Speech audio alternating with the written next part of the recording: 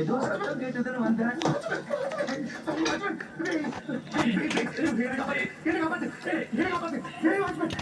விடுங்க sir, sir விடுங்க sir, sir sir நான் எத்தனையோ வருஷமா இந்த வீட்டுல வேலை செய்யறேன். பேயாவது பிசாசாவது வீட்டுல பேய் இருக்கு, வீட்டுல இருக்கு சார். என்ன சார் பாத்தீங்க? மேல மேல நான் பார்த்தேன் மேல ரூம்ல வந்துச்சு, என்ன மிரட்டுச்சு.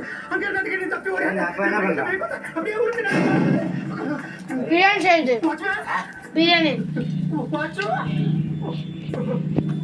அப்ப வந்தவ வாட்ச்மேன் இல்லையா? ஐயோ ஐயோ